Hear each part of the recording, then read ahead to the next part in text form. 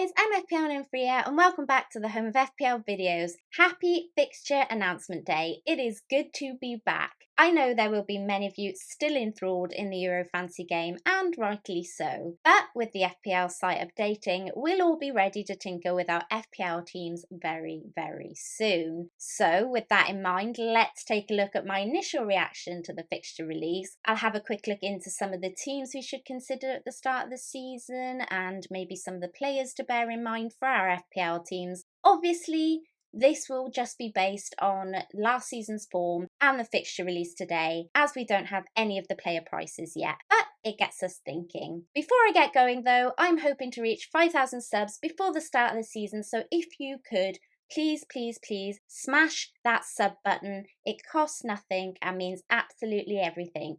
Thank you, Lynn fam. Let's get into this. Okay, graphics are courtesy of @FPL Big Andy on Twitter, so please go check him out. I'm a big fan of supporting the community. His link to his fan team is in the description below if you want to go and check that out after this video. Okay, so my initial standouts are Everton, top of the table for FDR, that's fixture difficulty rating, with Southampton away, Leeds away, and Brighton in the first three. Now, Everton finished 10th last season, so initially you're kind of thinking, I'm not that impressed. However, there were some standout performances last season. Calvert-Lewin, for one, graced a lot of our FPL teams at one point or another. He got 16 goals last season and was parked in the mid-price range for the forwards. I could see him being that again, actually, this season. You know what? He could be one to keep your eye out for. But other quick players of note with Everton are Pickford and Digne, so keep your eyes open for them. Brighton are second in the FDR. Last season Brighton finished 16th, 9 wins and 14 losses. I'm unsure I place a lot of investment here currently. That said, they could be good bench fodder. My initial reaction is that Sanchez could be a good second goalkeeper depending on price, and Veltman also could be an option. They had a bit of attacking threat in defence, which is always great for our FPL teams. Liverpool will be worth our investment.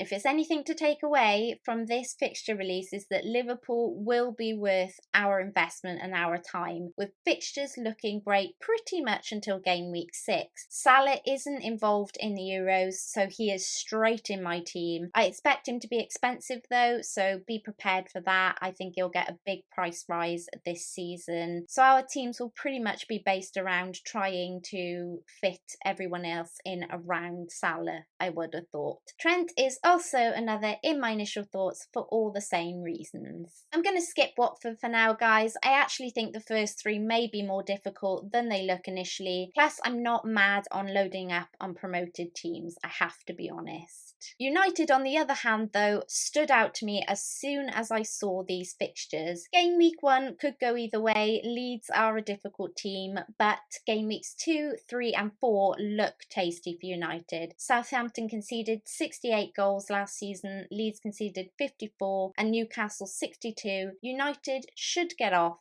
to a great start, you would have thought. Of course, the one player we'll all want is Bruno. His price will be killer this season though. He is going to be up there. Like, he's going to be really, really expensive. And he's in the Euros, so just keep an eye out for that. Greenwood and Shaw are a shout, maybe, but I expect some big summer signings at United. For instance, if Sancho arrives, he could be a great FPL pick based on these fixtures. Leicester had a great campaign last season, finishing 5th. I love the look of their start this season. With Iheanacho's form towards the end of last season, he immediately sprang to mind as an option without even knowing his price yet. Should imagine he'll be 8-9 million, so a bit more expensive than last season. But we could also consider Vardy, Castagna and Schmeichel from Leicester. They could all be shouts.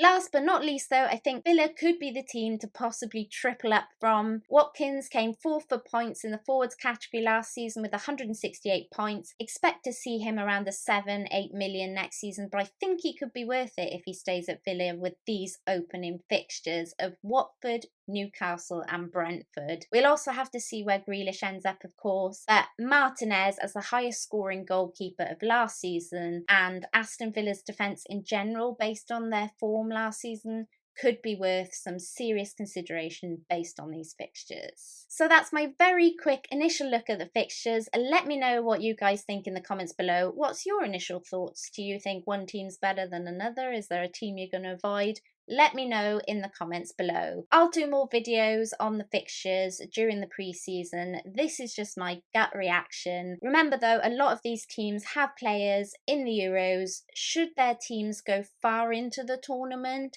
it could mean that some of these players miss out at the start of the Premier League season. Plus, we have a lot of summer transfers and summer signings to come, all very exciting. But it's just been great to have a look at the fixtures and get those FPL neurons tingling again. So if you've enjoyed the content, please, please, please don't forget to like, subscribe and hit that notification bell. Let's try and reach the 5k before August. Until next time, Nymphrey out.